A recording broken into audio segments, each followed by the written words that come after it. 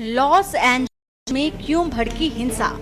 Los Angeles में 6-7 जून को सरकार ने अवैध प्रवासियों के खिलाफ एक अभियान चलाया था और इसी का हो रहा है। छापेमारी राष्ट्रपति ट्रंप की डिपोर्टेशन पॉलिसी का हिस्सा है। लॉस एंजलिस में ही हिंसक प्रदर्शन क्यों।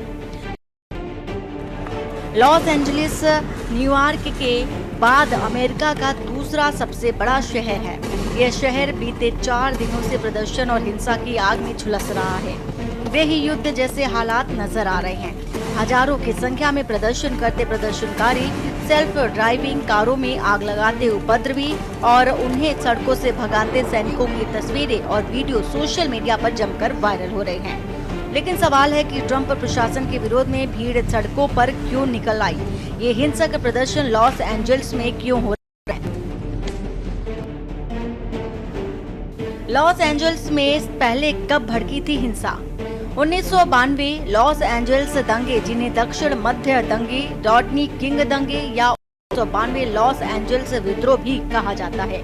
अप्रैल और मई 1992 के दौरान लॉस एंजल्स काउंटी, कैलिफोर्निया, संयुक्त राज्य अमेरिका में हुए दंगों और नागरिक अशांति की एक श्रृंखला थी।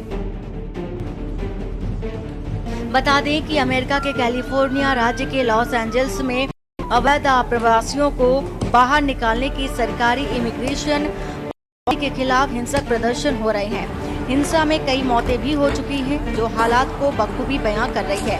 खबरों के मुताबिक उपद्रवियों ने सैकड़ों गाड़ियों को, कई प्रदर्शनकारी अमेरिकी झंडे पर थूकते नजर आए। वही राष्ट्रपति डोनाल्ड ट्रंप ने आदेश दिया है कि जो लोग प्रदर्शन के दौरान मास्क पहन रहे हैं उन्हें तुरंत गिरफ्तार किए जाएं।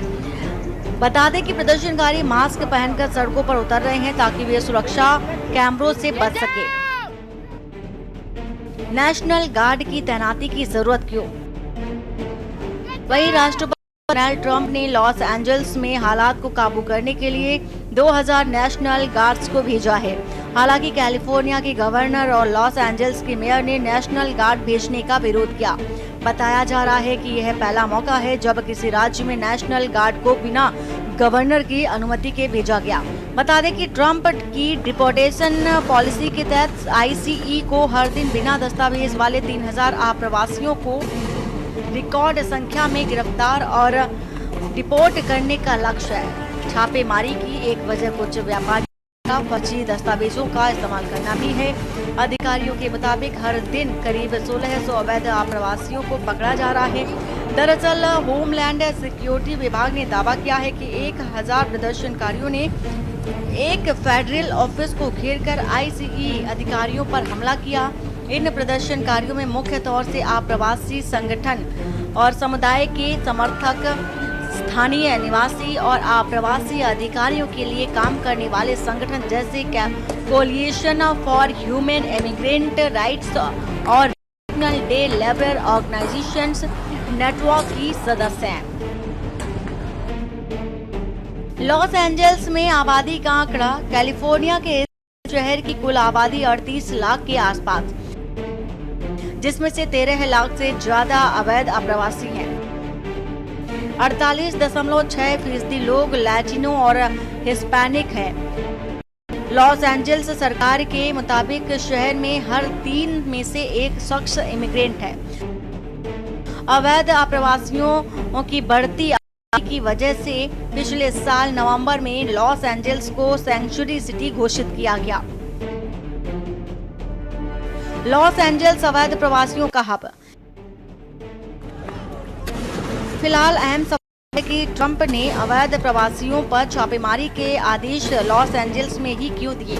इसका सीधा सा जवाब है कि अमेरिका में लॉस एंजल्स को अवैध प्रवासियों का हब माना जाता है।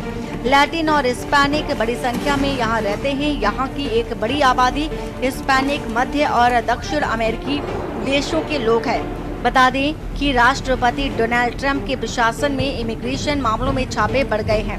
पिछले महीने संघीय एजेंटों को प्रतिदिन 3000 लोगों को गिरफ्तार करने का आदेश दिया था। ट्रंप ने राष्ट्रपति बनने के बाद डिपोर्टेशन पॉलिसी लागू कर दी है और इसके तहत अमेरिका में रह रहे अवैध अप्रवासियों को पकड़ कर अमेरिका से बाहर उनके देश भेजा जा रहा है। स्पेशल डेस्क के न्यूज़ इंडिया।